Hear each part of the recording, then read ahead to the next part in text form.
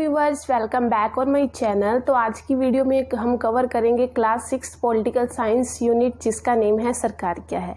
जैसा कि यूनिट के नेम में ही एक क्वेश्चन है कि सरकार क्या है, तो पहले हम इसी को ही डिस्कस कर लेते हैं।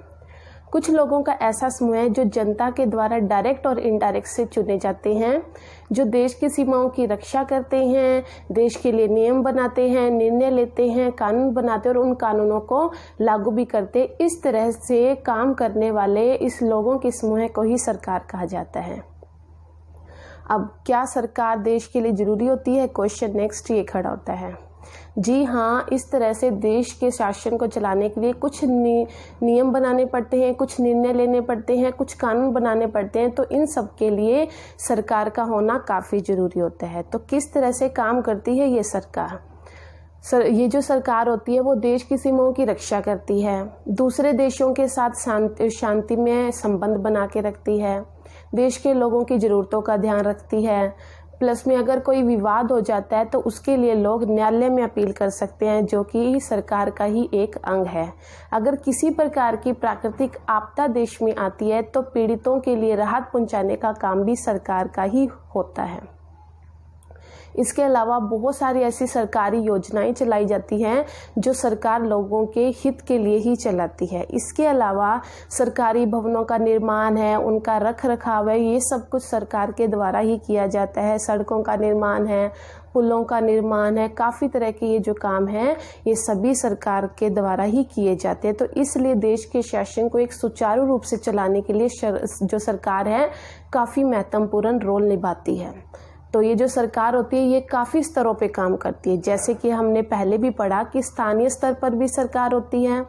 तो स्थानीय स्तर का मतलब क्या होगा कि शहर, मोहल्ले, गांव के स्तर पर जो सरकार होती है, जो ये जितने भी काम होती है ये सब करती है, ये सारी स्थानीय स्तर की सरकार कहलाती है। उसके बाद हमारी राज्य स्तर की सरकार होती है, राष्ट्रीय स्तर की सरकार होती है।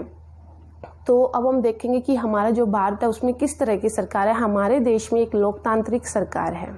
लोकतांत्रिक सरकार को हम लोग प्रतिनिधि लोकतंत्र भी कहते हैं, क्योंकि इसमें जनता के द्वारा चुने गए प्रतिनिधियों के द्वारा ही सरकार बनाई जाती है, इसीलिए इसे प्रतिनिधि लोकतंत्र भी कहा जाता है। हमने पहले भी इसके बारे में स्टडी की कि लोकतंत्र के लिए सबसे ज़रूरी दो बातें होती हैं। कि लोकतंत्र की पहली बात ये कि लोगों को अपने प्रतिनिधियों को चुनने का पूर्ण अधिकार होता है, सबके पास मताधिकार होता है। नंबर 2, लोगों के पास अभिव्यक्ति की स्वतंत्रता होती है। ये दो नियम हैं जो कि लोकतंत्र के लिए काफ़ी ज़्यादा ज़रूरी हैं। हमने पहले भी डिस्कस करा कि बहुत सारे देश ऐसे हैं जिनको लोकतंत्र प्राप्त करने के लिए काफ़ी ज़्यादा संघर्ष करना पड़ा। बिना संघर्ष के किसी भी देश को लोकतंत्र की प्राप्ति नहीं हुई। अब इस लोकतंत्र के संघर्ष में पुरुष, महिलाएं, बच्चे, बहुत सारे लोगों ने एक क्रांतिकारी के रूप में कार्य किया और लोकतंत्र को हासिल किया। अब हम देखते हैं कि सरकार काफ़ी प्रकार की होती है। जैसे लोकतांत्रिक सरकार होती है, हम दो को ही डिस्कस करेंगे। लोकतांत्रिक सरकार है, राजतंत्रीय सरकार है।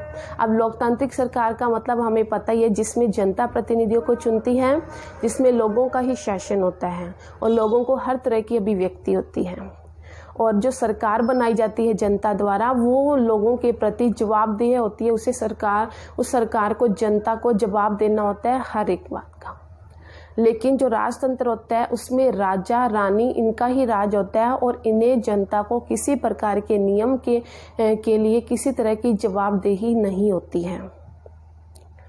ओके, तो इसके बाद हम देखते हैं कि पहले क्या होता था लोकतंत्र के लिए। अब लोकतांत्रिक देश उसी को ही बोला जाता है जिसमें वहाँ के सभी लोगों के पास सार्वभौमिक मताधिकार है, मतलब हर एक के पास वोट डालने का अधिकार है, जो अपने प्रतिनिधियों को चुन सकता है, उसे ही हम एक लोकतांत्रिक देश बोलेंगे। लेकिन पहले ऐसा नहीं था। कुछ ऐसे लोकतांत्रिक देश भी रहे हैं जहाँ पर सबको वोट का अधिकार नहीं था। कुछ देशों में पुरुषों को ही सिर्फ वोट देने का अधिकार था। कुछ देशों में जिनके पास संपत्ति सिर्फ उन्हीं पुरुषों को वोट देने का अधिकार था। कहीं पे कुछ ऐसी जगह थी जहाँ पे श्वेत और अश्वेत लोग थे, सिर्फ श्वेत लोगों को ही मताधिकार देने का अधिकार था।